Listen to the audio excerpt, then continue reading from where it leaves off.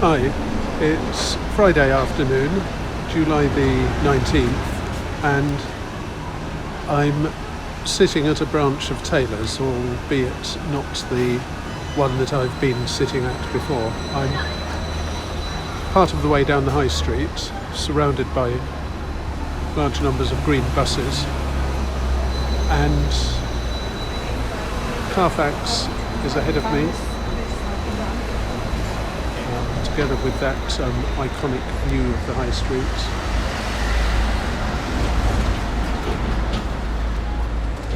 The tree and the spire.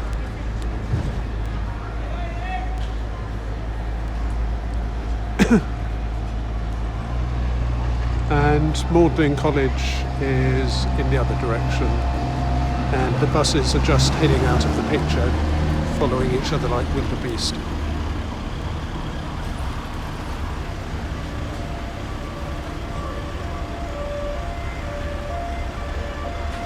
So I'm going to have a coffee. I'm then going to go in search of today's topic, which is Oxford weed. Oxford weed is something that I need to explain a bit. It's a little bit noisy to do here, so I'm going to go across the road and down one of the side streets. Coffee duly consumed and me duly refreshed. So I'll cut and come back in a few minutes. So I've just cleared the table. Let me now find a place to explain Oxford weed.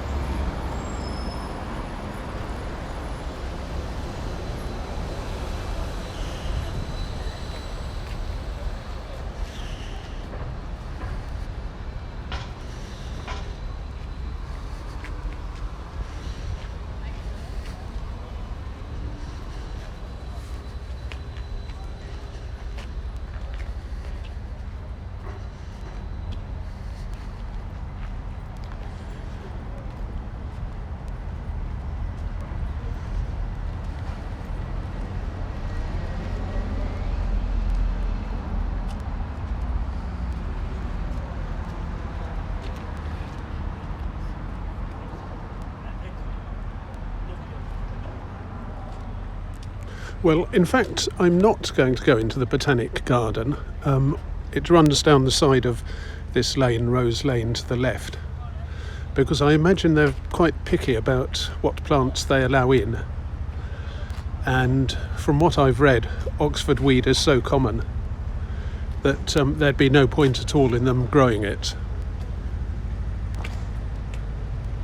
So I'm going to walk down the side of the Botanic Garden instead, along to the end of Rose Lane, and then into Christchurch Meadow. And about Oxford weed, Oxford has given its blessing to many, many people, and it's given a name to at least one new type of animal, the Jack Russell, and probably quite a few others. What about plants? A friend of mine talks about Oxford weed when she sees a certain small, somewhat insignificant looking plant growing in the walls or the cracks of gutters and so on. The plant that she's talking about, I think, is yellow fumitory, a member of the poppy family, Papaveraceae. And again, from what I've read, I don't think that is the one that is commonly called Oxford weed, though of course names are local, and these names are never sanctified by botanists. They just grow up through generations.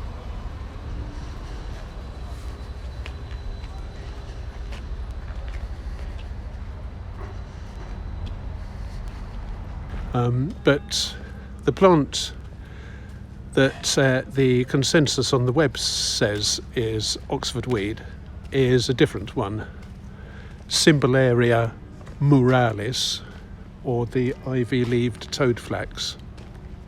Cymbellaria, Latin, like or pertaining to cymbals, as in the musical instrument, and muralis, of a wall, I think specifically a city wall, rather than any old kind of wall. It's a rather misleading name, because all the plants that I've seen have leaves that are more sort of kidney-shaped than cymbal-shaped. They have lobes, and even the weirdest bands that I've looked at, I don't remember the symbols being anything other than circular. But Cymbellaria muralis it is.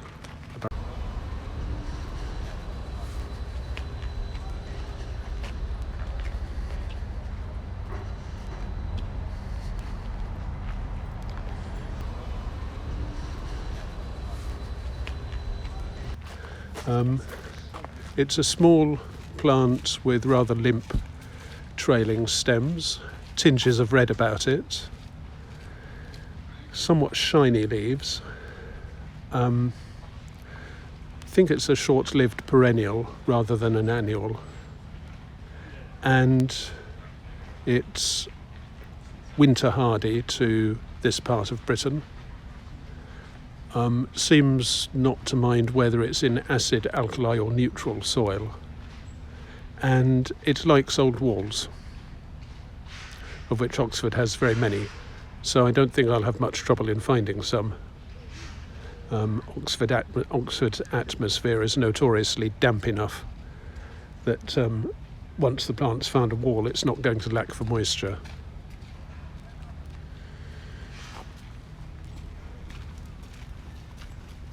So I'm now in Christchurch Meadow, and I'm going to walk along one of the boundary walls, because that seems a very good place to try. And who knows, I may find some other interesting things too. I have to keep adjusting the exposure because it's quite bright. I think the temperature is said to be about 27 at this time of day. Lots of sunlight, which is lovely, but the rapid alternation between clouds and sunlight and tree shade and sunlight messes up the exposure algorithm.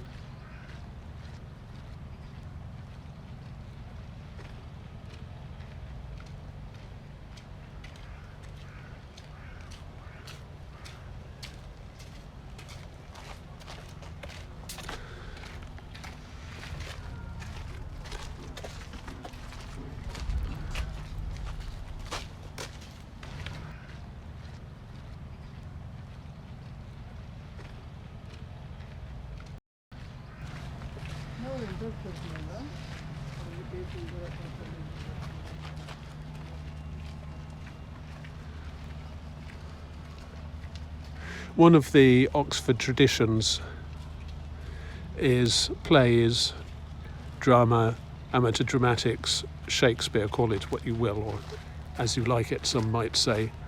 And they have at least one play out in the meadow round about this time. I think there's generally one at the end of term.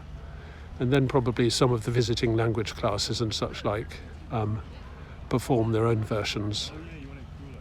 And the one that's nearest the end of the term, I think, not surprisingly, is Midsummer Night's Dream. I mentioned that because I can see what looks like stage stuff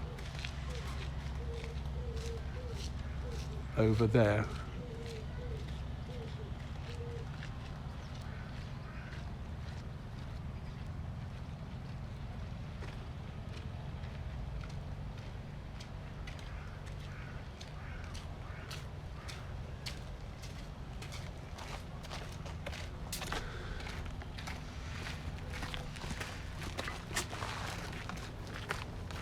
Okay, and here's something that is nothing to do with toadflax or Oxford weed, but it's interesting. James Sadler. I don't know how well you'll be able to read this. It's very difficult for me to read my own screen because the contrast between it and the sunlight isn't great enough. So I'm going to read from the notice behind it. James Sadler, 1753 to 1828, and there's a picture of a hot air balloon with the balloon envelope and the basket above his name. First English aeronaut who, in a fire balloon, made a successful ascent from near this place, 4th of October 1784, to land near Wood-Eton.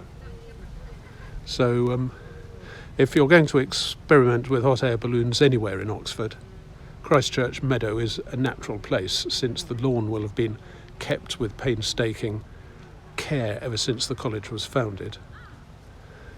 Actually, I'm not sure. That's probably not true. At least not the parts of the meadow they keep cows in. But at least it's wide open and flat, and you're not going to be disturbed by people the college doesn't want to disturb you. So I wouldn't mind betting that he flew off from here somewhere. And he landed near Wood-Eton, which is a small village with about 1.5 streets, just the other side of the ring road at the north end of Marston.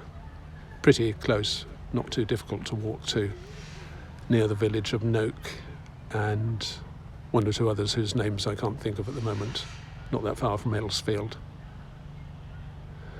Oh, so that's where he landed.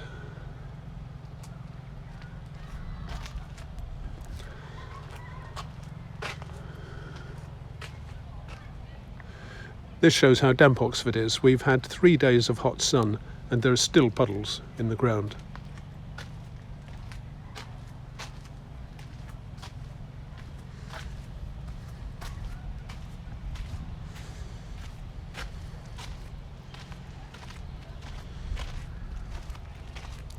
And bingo, I didn't have to go very far. This is Oxford, this is Oxford weed. This is ivy-leaved toadflax. Characteristic, sweet little sort of lilac flowers with 3 wings, petals like 3 wings at the bottom, and 2 sort of stubby short petals at the top. At least I presume they're petals. You never quite know with flowers because the parts are capable of imitating all sorts of other parts, and it sometimes takes a lot of care to work out that part of a flower is not in fact a leaf or a bract or whatever. For some reason these always remind me of the Rolling Stones logo, because the logo has 2 somewhat stubby eyes above the mouth, and this has the 2 little stubby petals above the other 3. maybe that's where the name toadflax comes from. Somebody thought they were like toad's eyes. So those are the flowers. Those are the leaves. So I have to say they don't look particularly healthy. I don't think Christchurch is trying hard enough. And I won't be able to get very good focus on this. The camera is not built to that sort of specification, sadly.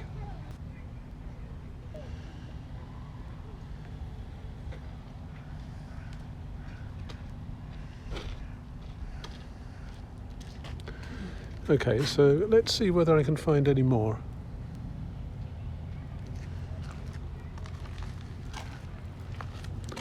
Still walking towards Carfax.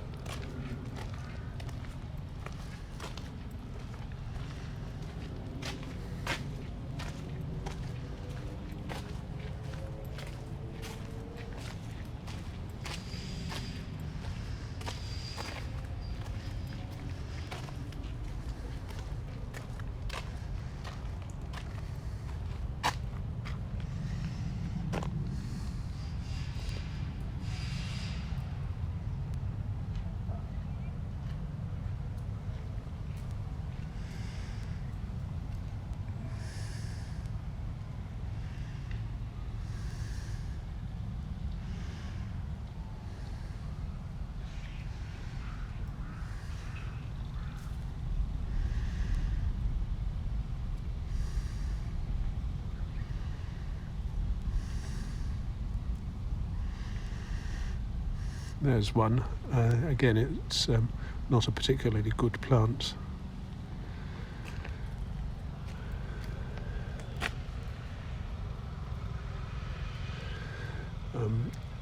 To be honest, these red and white daisies at the bottom of the wall are in much better nick.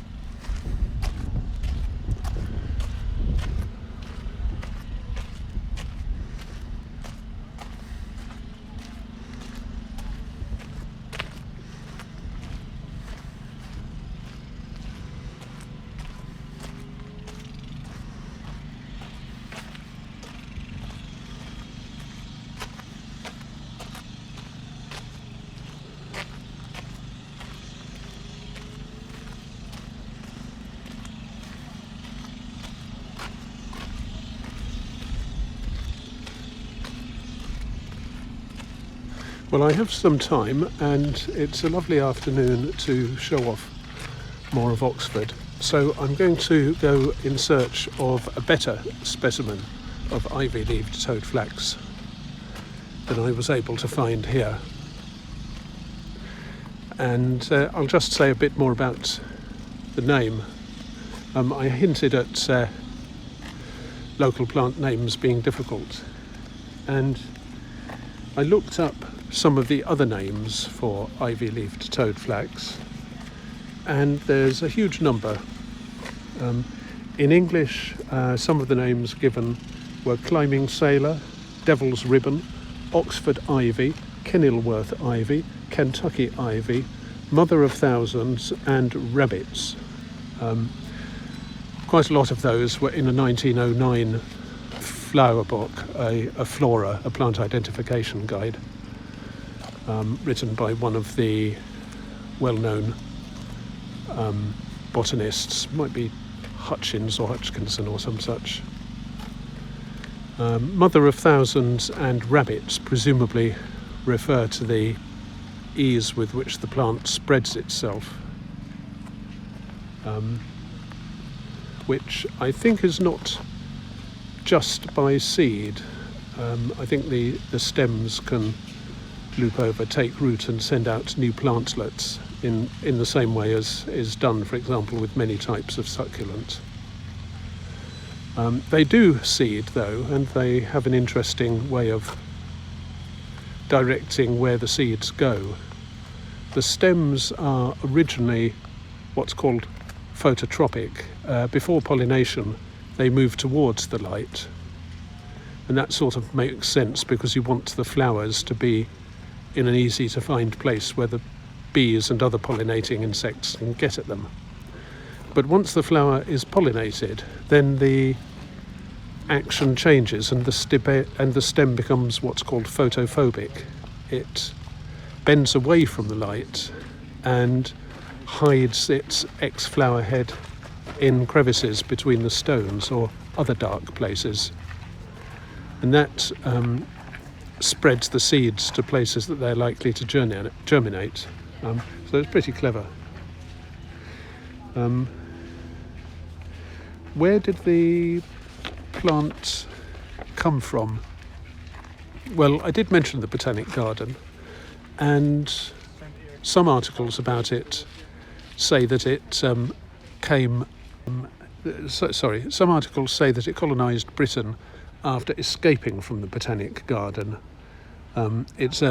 Its earliest date of record there being 1648, but other articles point out that can't be so because it was already recorded in 1640. Another story says that it came over on marble sculptures imported from Italy to Oxford, which is why it's also called Colosseum ivy and, what I said before, Oxford ivy. And that's sort of plausible because its natural habitat is southern Europe. It includes the Balkans, Italy, and the Alps. And if any place is going to be importing statuary for decoration, it's going to be Oxford, let's face it.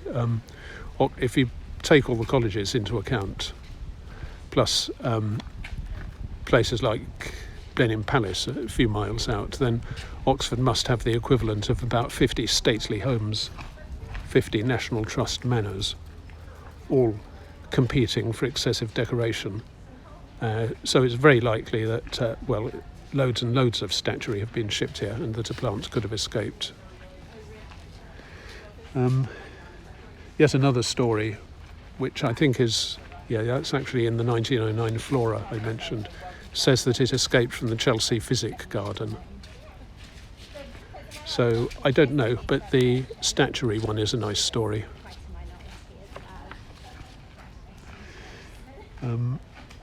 It's interesting to note the names in other languages, which I noticed at the top of one of the articles. The German name is Zimbelkraut, which again refers to the shape of the leaves, Zimbel. so simple herb or simple weed.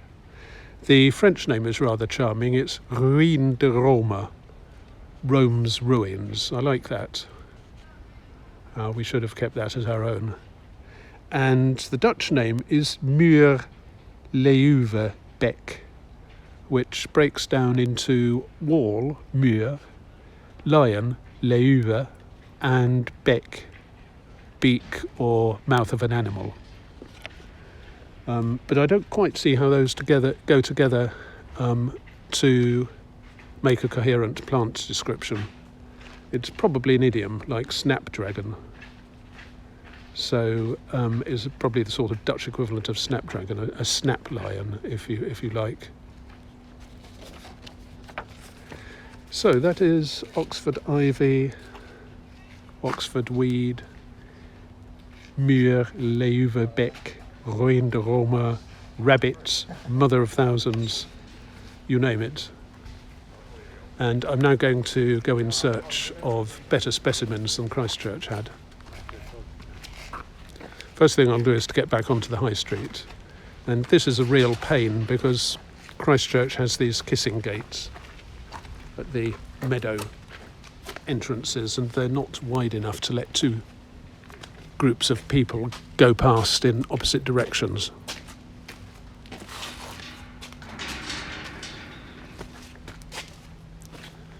Now I'm on a little path that leads to Merton Street behind some of the colleges near Oriel.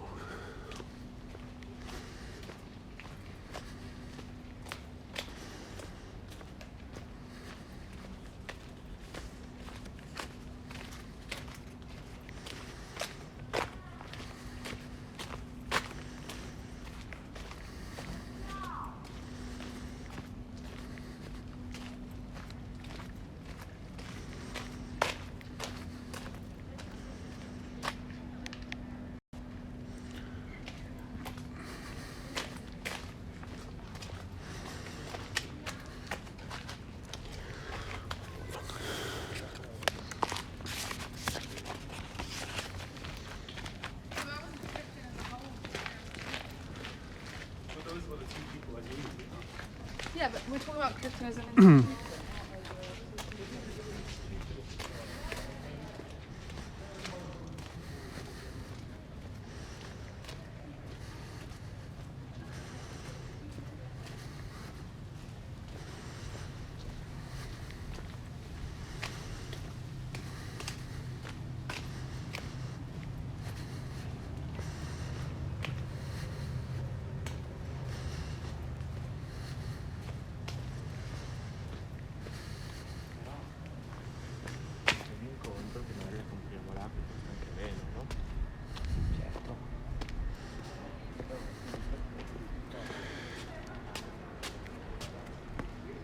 That's the triumphal bulk of Christchurch, the back entrance at the end, and the more homely area of Corpus Christi to the left.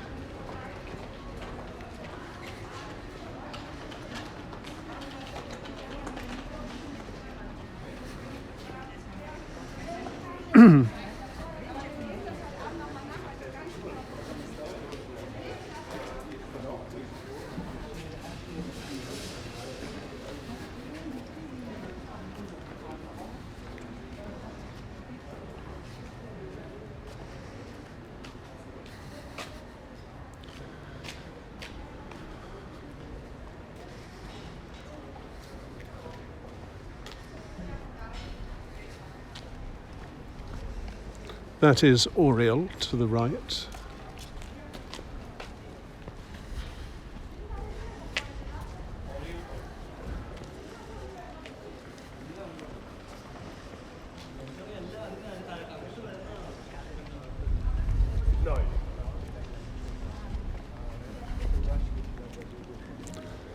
Those buildings are Oriel accommodation too.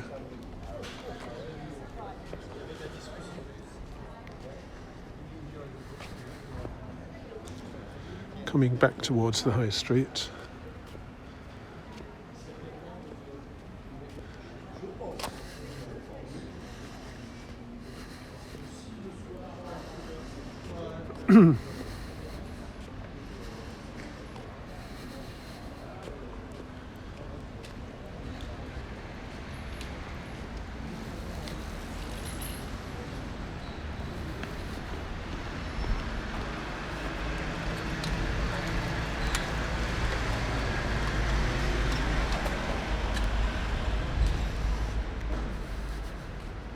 Now going towards the Bear pub, which claims to be the oldest pub in Oxford.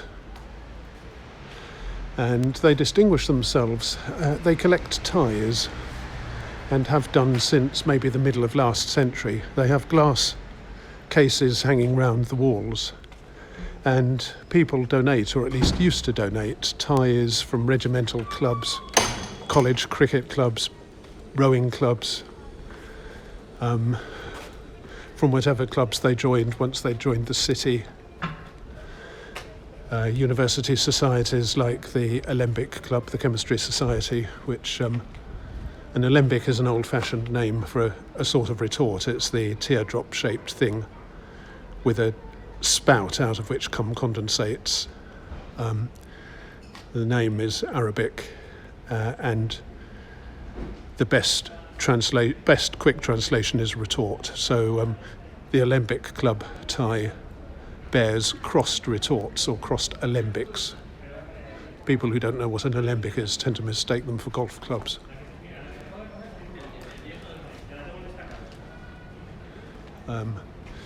Oxford's oldest pub, established 1252. There's a University Geology Society, and I'm pretty sure that the tie features dinosaurs, but I'm fairly sure I've also seen Geology Society insignia which showed an ammonite, which is one of those big animals with a coiled shell, and a hand coming out of it drinking a pint of beer, or holding a beer glass at any rate. I have one of those ties somewhere, not the ammonite one, but the dinosaur one, because I found it by accident when I was passing one of the uniform shops in Broad Street. A lady asked me, "How do I sell a tie?" She'd come up to Oxford, her son was moving out or had moved out, and she wanted to clear the house a little bit and get rid of some of his stuff. And she had these clothes to get rid of, including a tie, and she didn't know what to do, so I told her that I would buy it, which I did. Bit of fun. Now this is rather sad. The High Street has a number of little alleyways going off it to the south, such as this one. Some of them are open at the top, some are open at the bottom. This one you can go all the way through. There's a pub to the left called the Wheat Sheaf, which is a much-loved music venue. And to the right, there was something much more notable. There used to be an ironmonger's until about 10 years ago called Gill's. And the story was, I have no reason to doubt it, the Gill's had been here for 500 years, ever since the time of King Henry VIII. Can you believe that? And then it closed. I don't know whether they just ran out of money. One friend of mine said that she thought they just didn't want to do something as boring as ironmongering anymore, but it's such a shame to see something like that go. It was also the only good ironmongers we had in the centre of Oxford. They had a rather wider scope than others that I'd probably better not mention.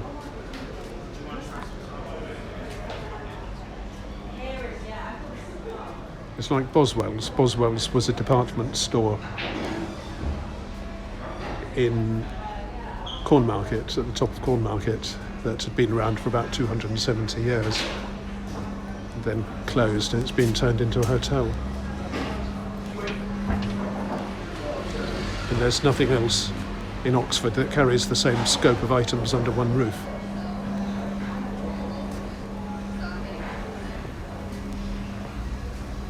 It's a real shame there isn't some way to preserve unique shops like that.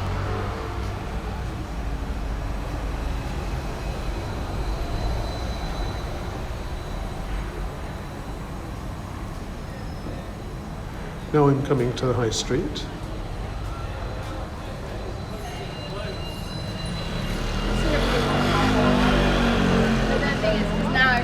Now he'll win the It's election. 2:30 and I'm facing Carfax.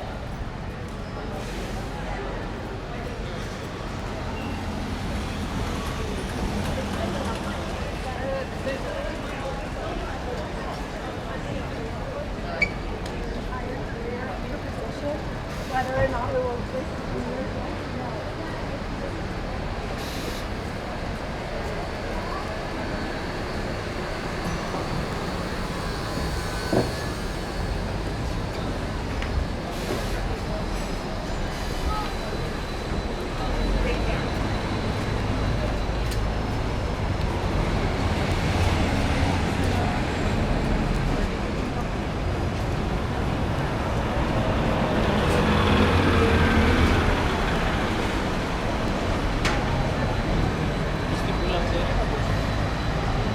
up this way.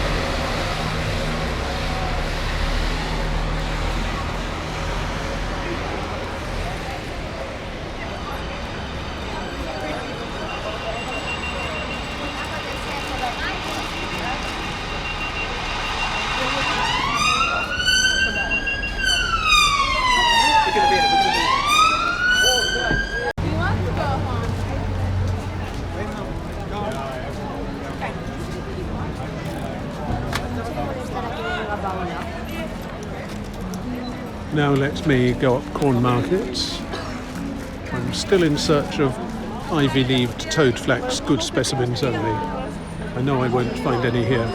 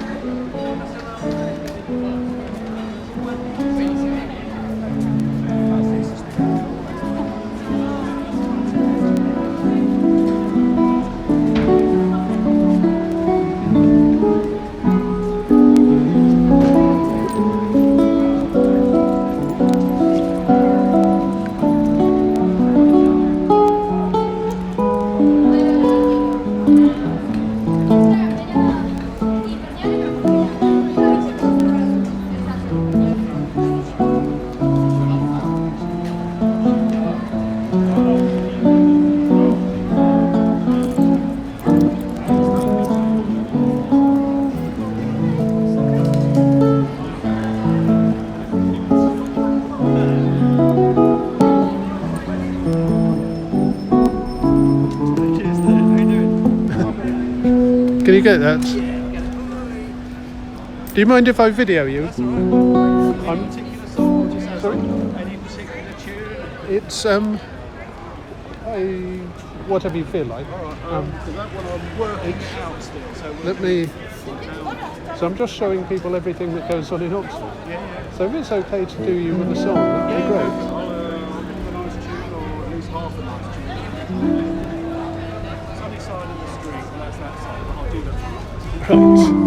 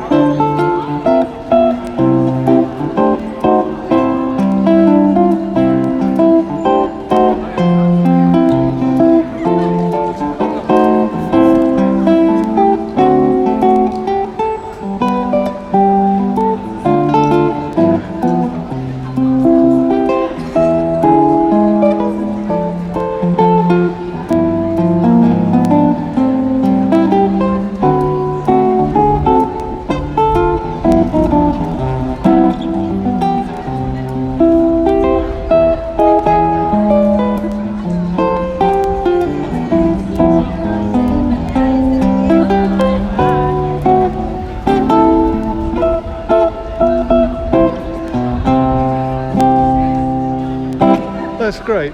Thank you very much. Sunny side of the street, if anyone wants to know what tune is. Sorry? It's called Sunny Side of the Street. So I thought it was relevant to the street movement. Sure. Okay. Thank you very much. Appreciate it. I'll see you again. So that's the sunny side of the street.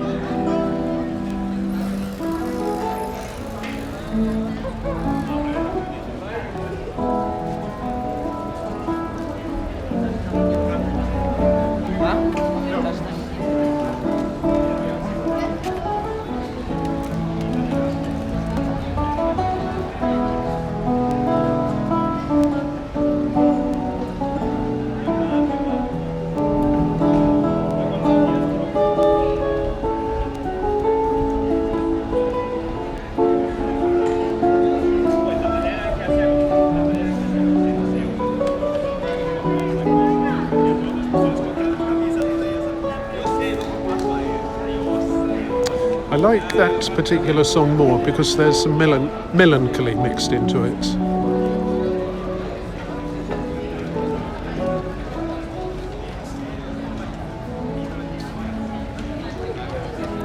One of the great things about travel is that I was able to fill my taste for melancholy with songs of styles that one doesn't get easily in Britain. One of my favourite artists, for example, is Portuguese, somebody called Vitorino, and I love his songs. There's one called Caída do Império. I'll say that again, Caída do Império. How do you spell it? Q-U-A-D-A-D-O-I-M-P-E-R-I-O, which means Fall of the Empire. And that is one of my favourites. It's just superbly sad and yearning. Another is a Macedonian song called Makedonsko Devojcie, Daughters of Macedonia, and that does the same sort of thing when I listen to it. There's a Greek one, Pame mia volta sto fingari. Pame is let's go, mia is at, volta is walk, sto is at or under, fingari is moon. Pame mia volta sto fingari, and I love that too for the same reason. All stuff that I've got from other cultures that I wouldn't have found in the same way here.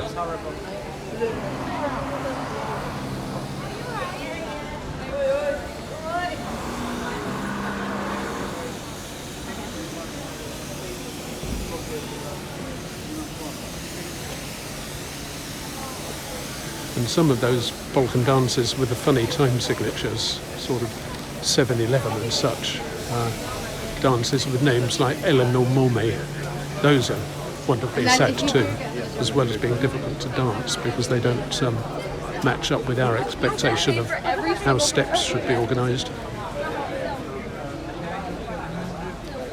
Right, so I'm on the high street.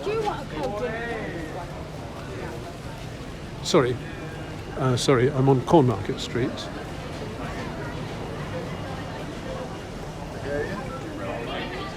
This is what used to be Boswell's. Not the Gifts and Candyland, I think that was always its own shop.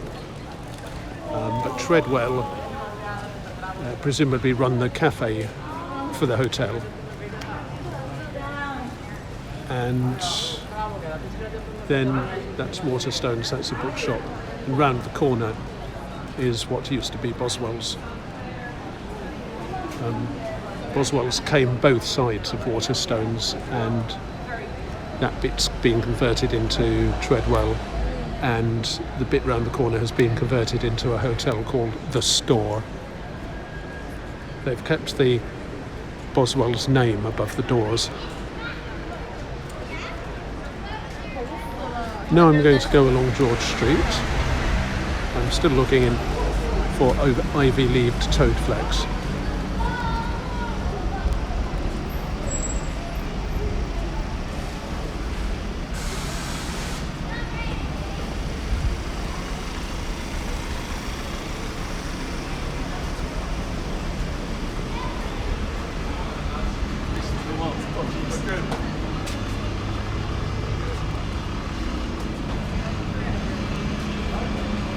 Mind you, I'd be lucky to find anything I liked in George Street. It's just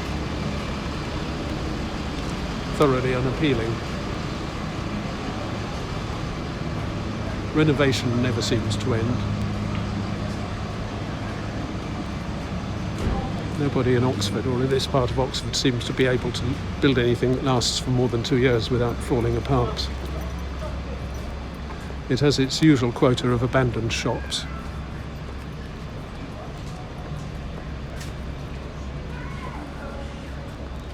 Like this one.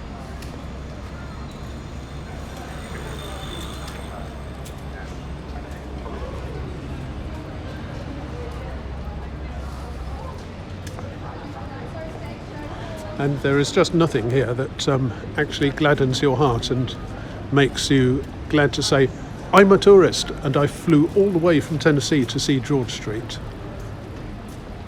If you did that, they'd lock you up, because you'd have to be insane.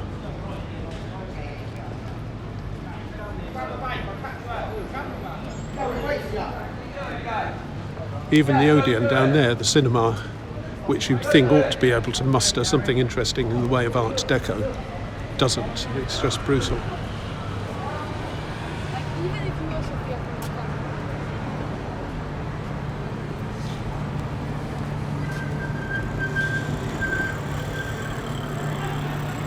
Now I'm coming into Gloucester Green.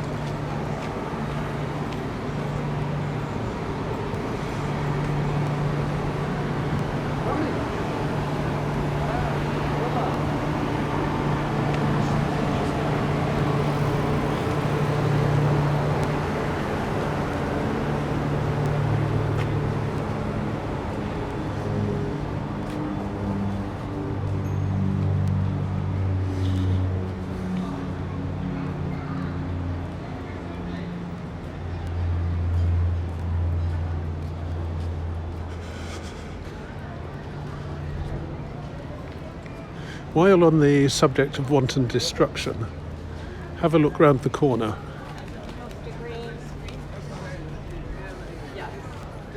This is the back garden of the pub, the Red Lion. It's still called the Red Lion. And apparently, a friend tells me, there used to be a row of old houses along here. I'm not sure how old. Whether they were just Victorian or something like 17th century.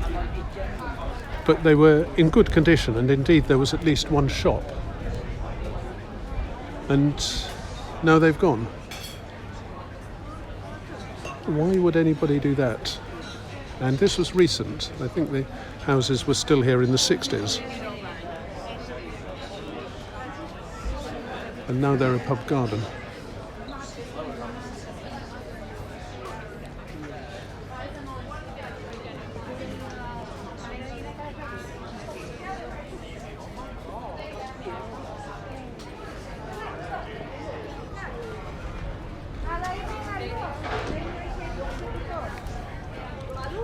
This is the Gloucester Green Market.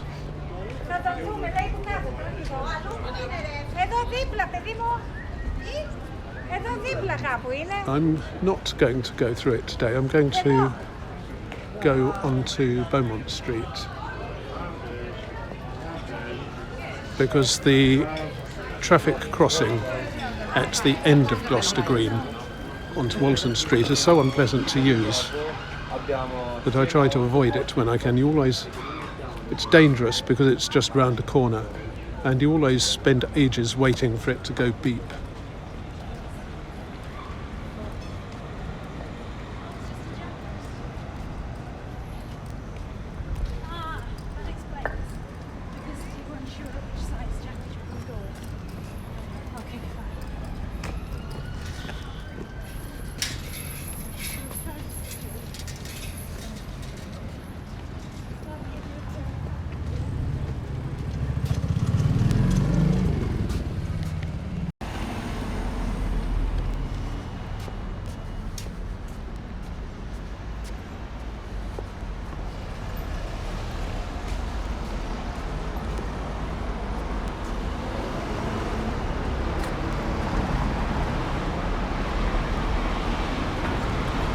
This is Beaumont Street, and it's close to where I started my May Day video, outside the Randolph on the right. That is the Ashmolean on the left.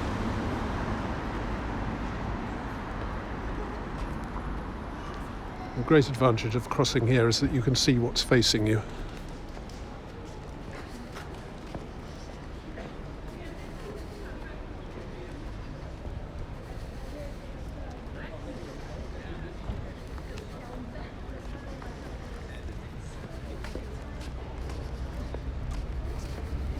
I hate really.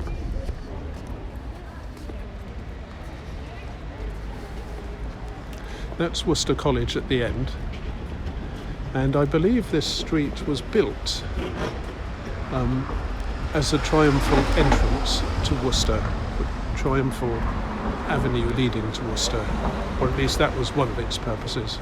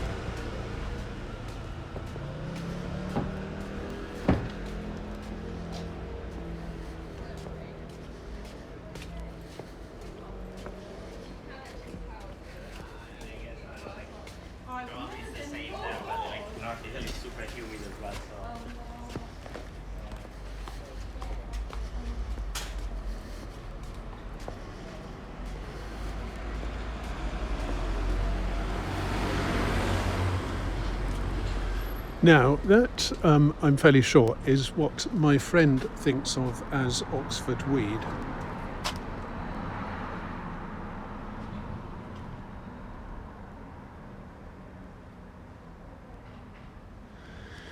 And it isn't ivy-leaved toadflax.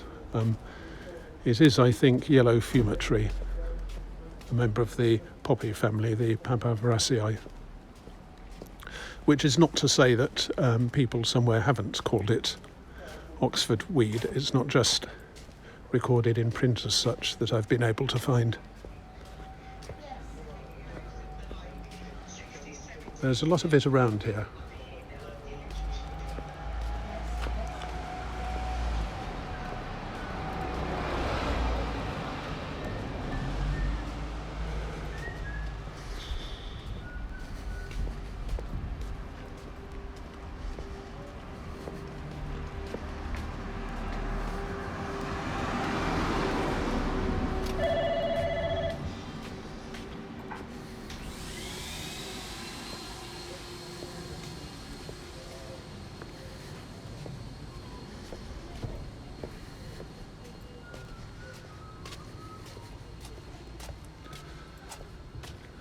St John's Wort.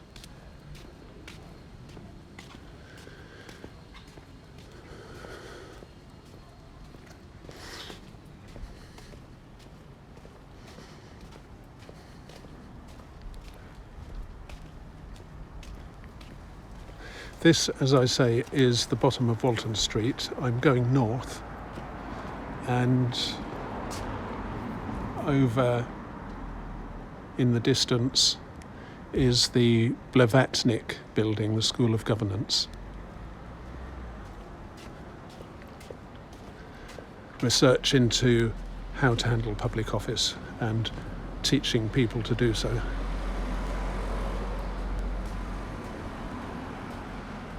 Now I'm going to go down past the synagogue,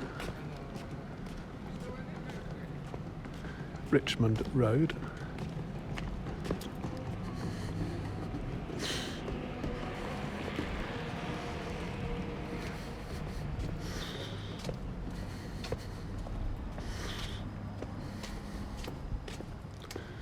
This is Jericho, part of it.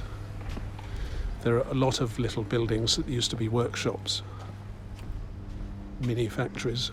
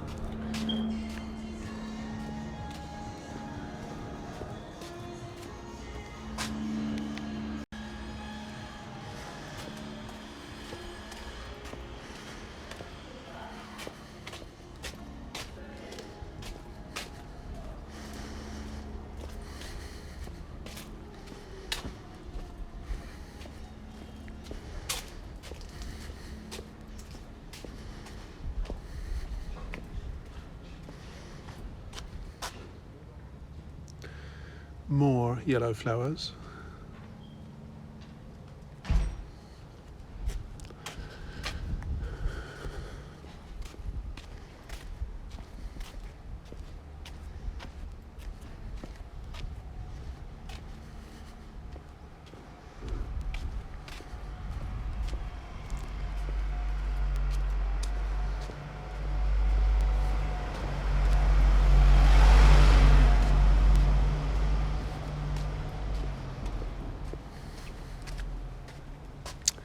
Those are nice, some sort of garden plant. I don't know what, but they smell lovely and they last for months.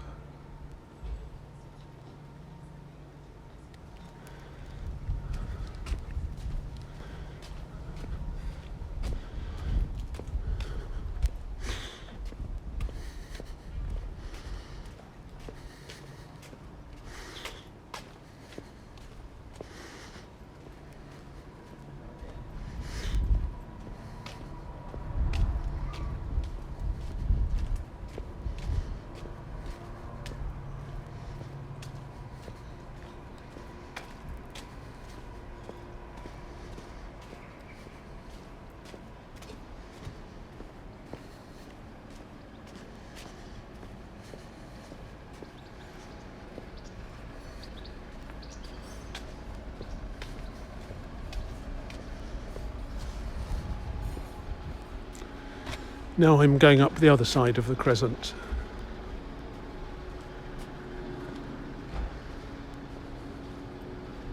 Opposite the Al Shami Lebanese restaurant and hotel.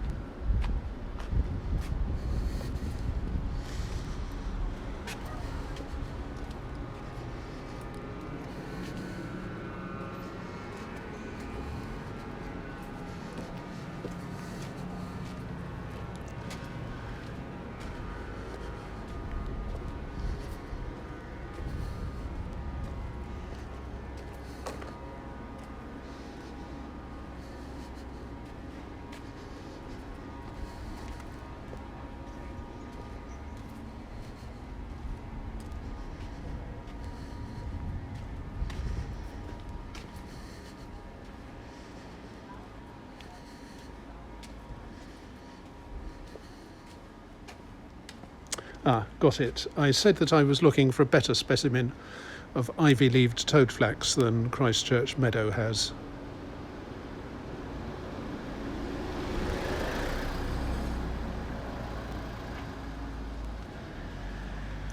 And I think that fits the bill.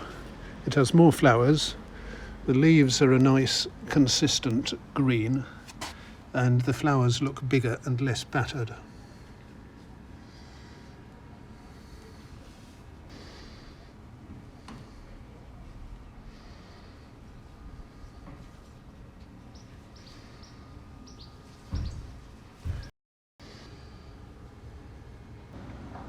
So mission fulfilled. I've found a decent specimen of ivy-leaved toadflax, Oxford weed, in the road called Walton Crescent. That goes up to Little Clarendon Street, leading on, and Walton Street going left and right. Okay, until next time.